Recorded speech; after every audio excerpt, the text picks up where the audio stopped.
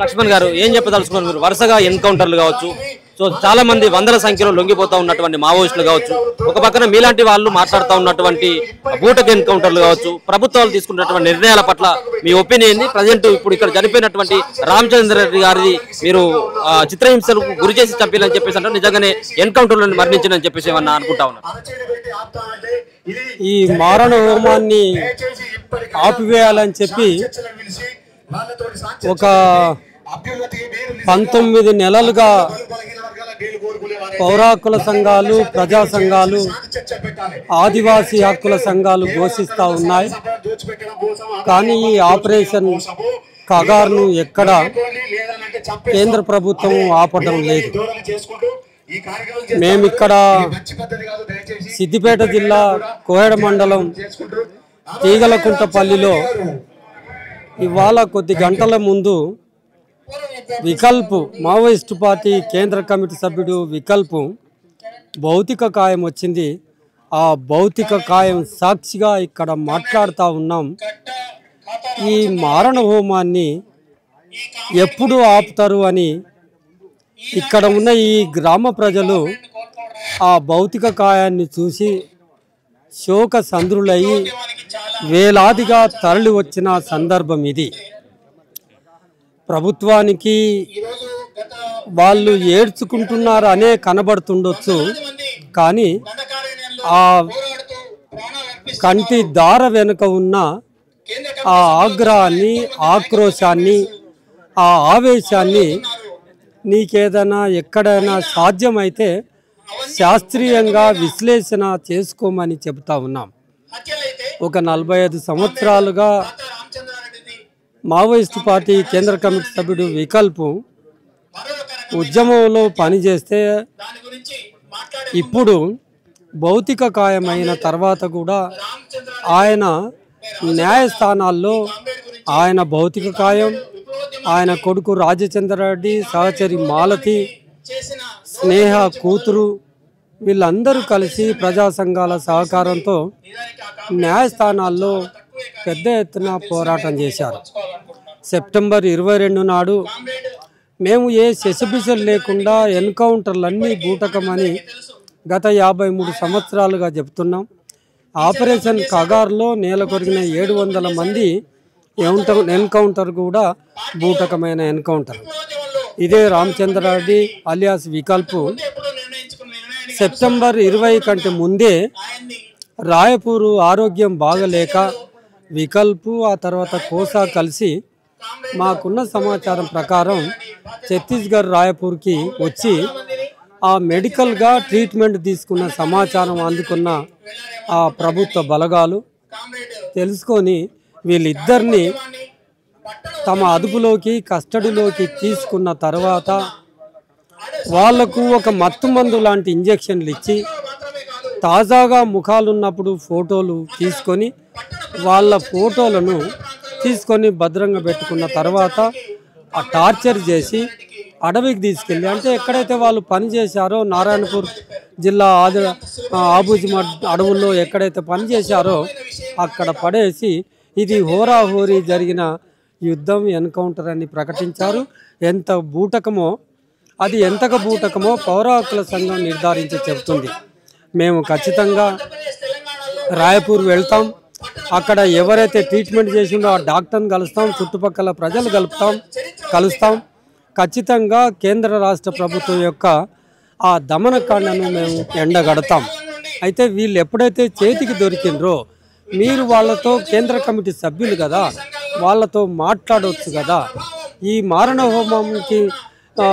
హోమంలో బలైన 700 మంది ఏదైతే ఉన్నారో అందరూ కేంద్ర కమిటీ సభ్యులు కొంతమంది ఉన్నారు కదా, వాళ్ళతో నువ్వు చర్చలు జరిపి అసలు ఏ సమస్య మీద వాళ్ళు పోరాడుతున్నారో ఆ సమస్యకు పరిష్కార మార్గాలు కనుక కనుక్కుంటే ఇంత మారణ హోమం చేయాల్సిన అవసరం రాదు కదా.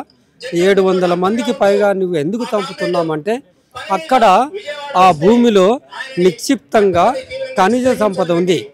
ఆ ఖనిజ సంపదను తీసి కార్పొరేట్ల చేతిలో పెట్టడం కోసం మావోయిస్టులను చంపుతున్నావు, అక్కడ ఉన్న ఆదివాసీలను చంపుతున్నావు, అక్కడ ఉన్న ఆదివాసీ మహిళల పైన అత్యాచారం జరుగుతుంది.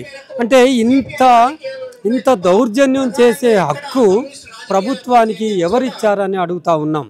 ఇవాళ తీవ్రవాదులు అంటే తీవ్రవాదులను అణచాటానికి కేంద్ర ప్రభుత్వమే మరొక తీవ్రవాది అయ్యి వాళ్ళను అణిచేసే ప్రయత్నం చేస్తుంది. దాన్ని నిలువరించాలి. ఈ న్యాయస్థానాలు కూడా రాజకీయ నాయకుల చేతులకి ఎట్లా జారిపోయాయంటే 22 నాడు ఈ రాజుదాదా వికల్ప్ చనిపోతే ఎన్కౌంటర్లో 24 నాడు అక్కడ ఉన్న హైకోర్టులో కేసు వేశారు కుటుంబీకులు. హైకోర్టు ఏం చెప్తుంది?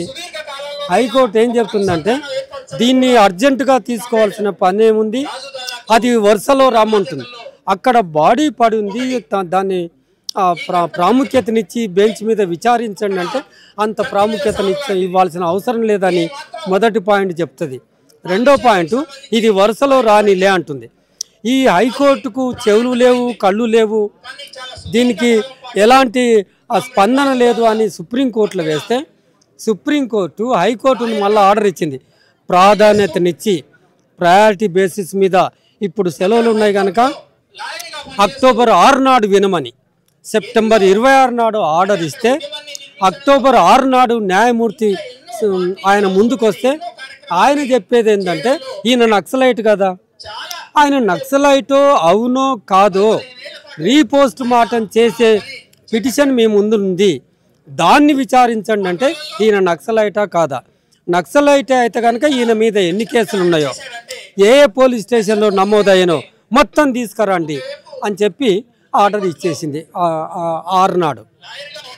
ఇంకా పోలీసు వాళ్ళందరూ నిజంగానే ఆ రోజు ఆ ఆర్డర్ ఇచ్చి 13కు పోస్ట్ పోన్ చేసింది. 13 తారీఖు కల్లా వికల్ప్ మీద ఎన్ని కేసులు ఉండో 100 కేసుల లిస్టు పోలీసు వాళ్ళు సమర్పించారు. 13 నాడు దాన్ని రీపోస్ట్ మార్టం కోసం ఆర్డర్ చేయాలి కదా, 13 కూడా చేయదు. నేను రేపింటా అంటది 14 నాడు కూడా ఏమంటుంది, విన్న తర్వాత వాదోపవాదాలు విన్న తర్వాత రీపోస్ట్ మార్టం తిరిగి పోస్ట్ మార్టం చేసే అంశం పక్కకెట్టేసి 4:30కు నేను జడ్జిమెంట్ను ప్రొనౌన్స్ చేస్తానని చెప్తుంది. 4:30కు ప్రకటిస్తాను, ఓపెన్ కోర్ట్ హాల్లో చెప్తానన్న మనిషి చప్పుడు చేయకుండా వెళ్ళిపోతాడు. వెళ్ళిపోయి మళ్ళీ ఆ అర్ధరాత్రి వరకు కూడా వెబ్సైట్లో పెడతాడని చూస్తే వెబ్సైట్లో పెట్టలేదు. మరుసటి రోజు వెబ్సైట్లో ఏం పెడతాడంటే రీపోస్ట్ మార్టం చేయాలన్న పిటిషన్ను కొట్టివేస్తుంటాడు. అంటే న్యాయస్థానాలకు ఒక శవం మీద రీపోస్ట్ మార్టం చేయటానికి వచ్చే ప్రతిబంధకాలు ఏంటో ప్రజానీకానికి న్యాయమూర్తులు వివరించాలిగా. ఏం అడ్డం వస్తుంది, ఏం ఖర్చు వస్తుంది, ఏం నష్టం వస్తుంది?